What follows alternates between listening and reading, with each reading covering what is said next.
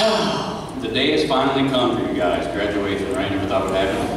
And I know the sooner I get done talking, the sooner you get to leave, and I do not care at all about that. So I'm just if you have anything to do, right? First and foremost, I want to thank everybody who made this possible tonight and asked me to come here and speak to the graduating class. I find this to be a great honor.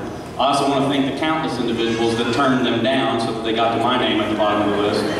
Very excited about that. So whoever you are, thank you very much for throwing me an opportunity there. I love Bracken County. It's part of who I am. I grew up here. I graduated from the old high school. Nice to see you guys have air conditioning in this one. That's pretty good.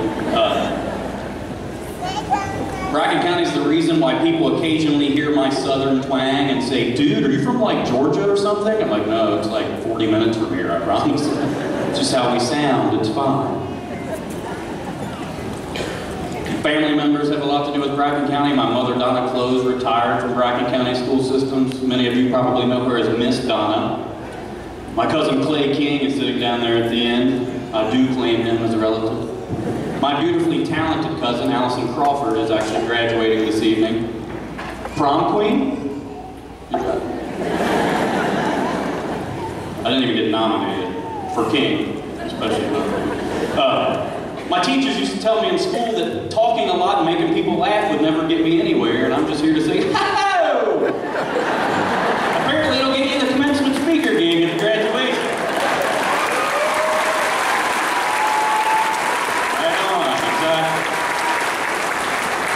I think it's about when I chose to talk.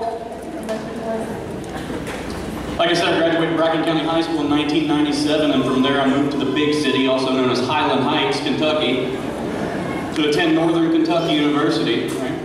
Most of the people there had only heard of Bracken County because they had watched winter storm closings during the winter, right? They were under the impression that if someone spilled a slushie on Eden Ridge, we weren't going to school that day.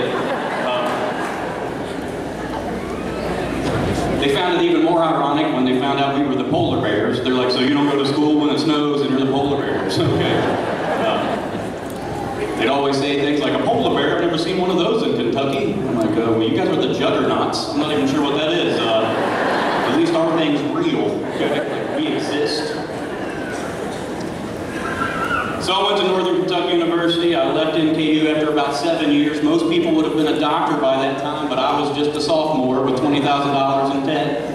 I didn't go to class. May that be a lesson to you. Go, okay? That's the first step in doing well at the next level. Go, show up, right? So over the next few years, I worked at a number of different places trying to decide what I wanted to do with my life. I worked at Paul Brown Stadium, where the Bengals play, right? Great job, not really. Countrywide Home Loans, Fidelity Investments, Macy's. I also worked at the Cincinnati Zoo for a bit, and we'll get to that in a little while, I promise. My travels did eventually lead me to a beautiful young lady that would become my wife. Her name is Ashley, which is also my brother's name, and that's just too weird to talk about right now, so let's just move on. All I need to tell you is be careful who you're sending that text message to. Okay? Yes. It's a solid tip. She was able to motivate me to be better by saying things like, dude, stop playing video games, you're 30, or why are you awake at 3 a.m. at the Tuesday night? Those were the things that my wife helped me with. So eventually I got hired at Procter & Gamble. I got my master's degree and my bachelor's degree from Thomas More College.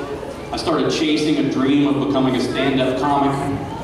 I became a husband, I became a dad, I became a professor. I'm telling you these things because life changes a lot from where you guys are sitting and where I'm standing now. I actually brought something. All right, this is my senior yearbook. I haven't opened this in 17 years.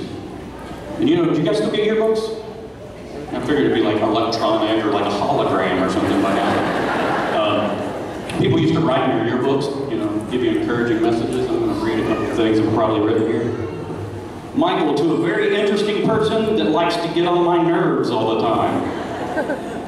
I wasn't aware my wife signed my yearbook. Okay, hold on a second. Michael, thank you for always being there when I was having trouble with my boyfriend. It appears I was stuck in the friend zone for about 4 years. And here's one. Good luck with your future as a professional comedian. I hope you still remember me. I actually wrote that on the way up here, so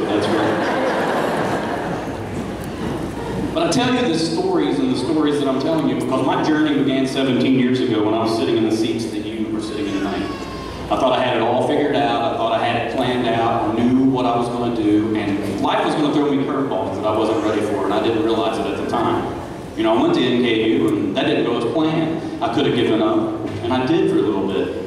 But my main purpose being here tonight is to show you, no matter what you have planned, how you deal with the transgressions and the curveballs that you're thrown is going to define you as a person going forward. I became a father 2 years ago. And for the parents in the crowd, yeah, don't clap.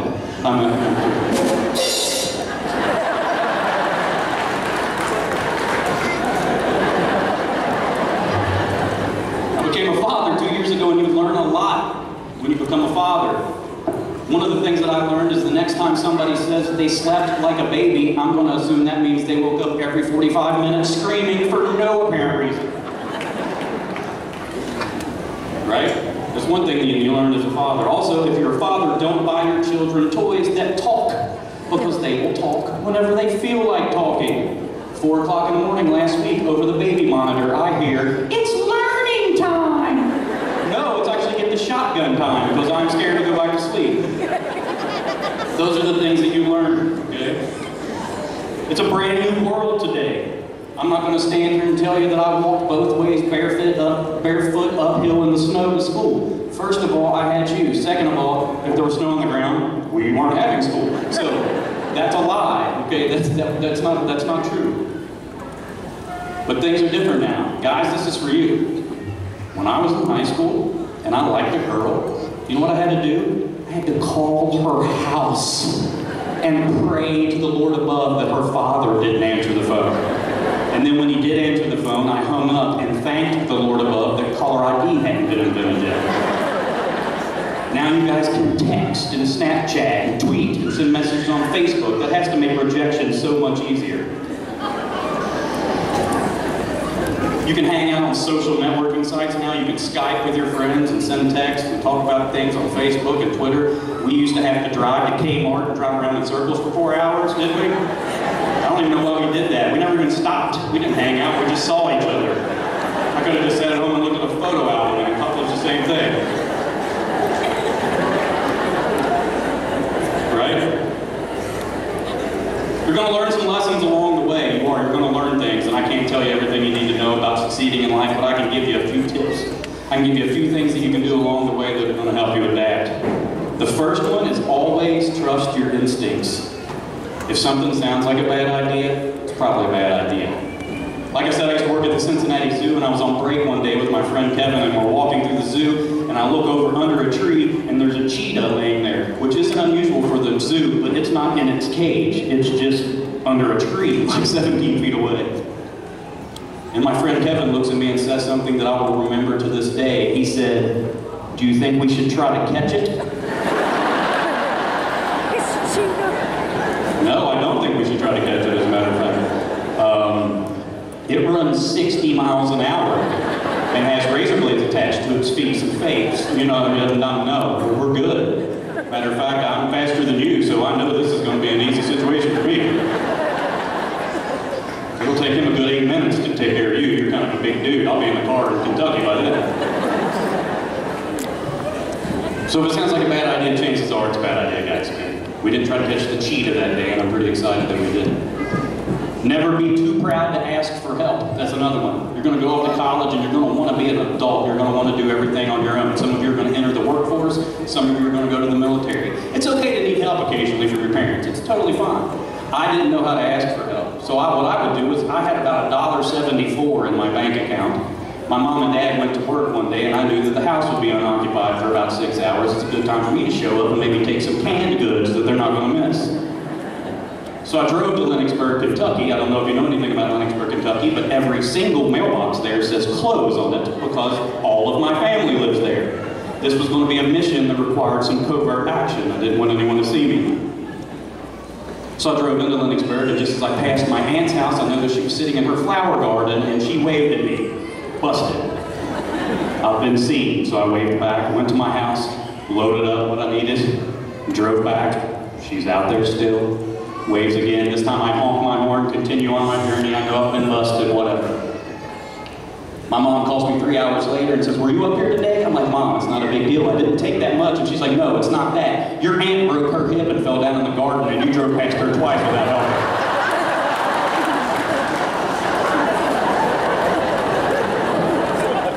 So don't be afraid to ask for help, guys.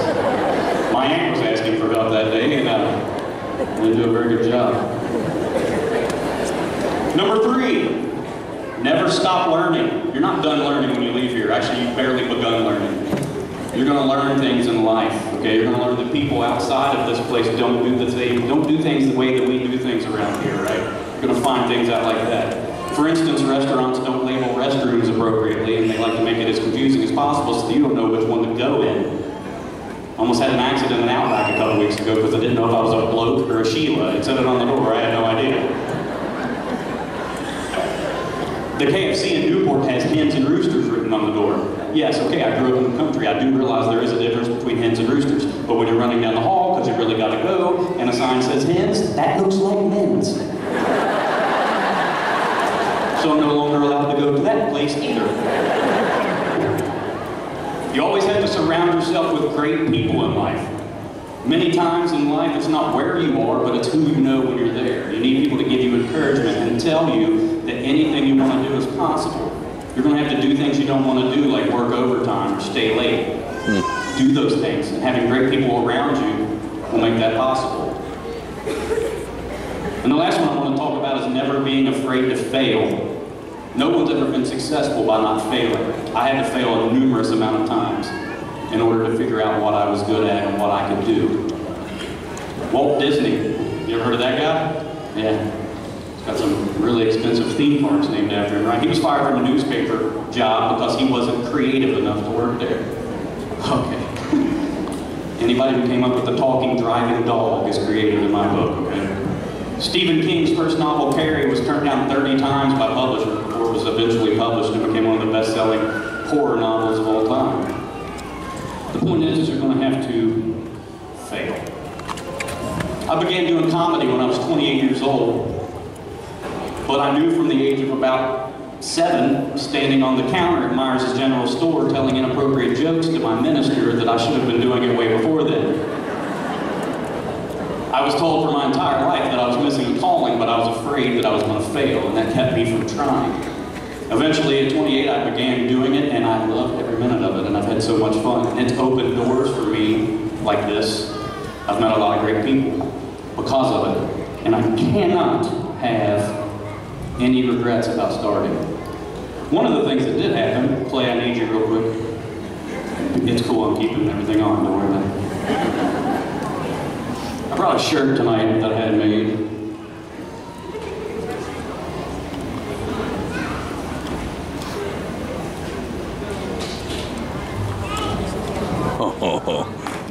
Alright, this is the reason I'm here tonight, more than anything. My shirt, for those who can't see, is just for the love of money, and this is obviously for our young friend who can't be here with us tonight, Ron Moneyhunt. I began doing comedy, and I got a Twitter account, and I decided I was going to share my jokes with the world, right? I was going to send these things out there and hopefully people would laugh. And I had this young man, whose name was Young Money, 2014, follow me on the Twitter machine, as my father calls it. Had this young man start following me, and we had interactions occasionally, and I didn't know he was from Bracken County. I began to find out things about him, that yes, he was from here, indeed. Then I figured out who his parents were, and we had great interactions over time. And I remember finding out what happened. My mother called me, and I remember thinking, like, wow, why does that sound so familiar? I know that I know this kid. And then I realized it was this wonderful young man, polite, young, intelligent person that I've been talking to on Twitter. I never met him in person. But he touched my life more than I can even put into words. He showed me a lot, taught me a lot. He was wise beyond his years. I was talking to Rusty and Sherry, and they told me that he was considered an old soul by many, and that's true. It's like talking to an adult, and he was 16 years old. I know if Ryan were here, he'd probably make fun of me for being a Dale Jr. fan and tell me that Jeff Gordon was great, and then I would get mad, and then he would recite Jeff Gordon's career stats, and then I would have to shut up and admit that he was right. I know that if he were here, he would have a future like many of you. He'd probably be heading off to Morehead State University in the fall, right? And he would be doing something, maybe going into education, unless you talk him out of it. He would be doing something with his life, and no matter what it is, I know that it would have been successful. I know that eventually he would have gotten married. Even if he didn't meet anybody in particular that was beautiful and right for him, he had a marriage pact with a member of your class. Emma Conley, where are you? Raise your hand, don't be shy, I can't see you. You all look the same, okay. If they were both unmarried by the age of 40, they were going to be married to one another. And Emma, I'm really sorry. You can search high and low, you're not going to find a guy like Ryan. You'll probably find one a step below Ryan. Somebody like maybe your Uncle Evan, like not really great, but like right here. Now, Evan actually gave me $7 to mention his name in the speech tonight. And that might not seem like a lot, but he's a minister, so that's like $10,000 for an old person. But basically, the entire point of what I'm saying to you tonight is this. Parents, be so happy that they have a tomorrow. And they can do anything they want with it. And you guys and girls, you got tomorrow, you got next week. Do what you can to make the best out of it. I wish Ryan was here, I know you wish Ryan was here, and I know there are people in this place that wishes he was here. I never got to meet him, and that bums me out. But after speaking with them for 3-4 hours this weekend and just hanging out and telling stories, I know for a fact that if my son grows up to be like him, I've done a great job. Seize your tomorrow. Make the most of it. Thank you so much for having me.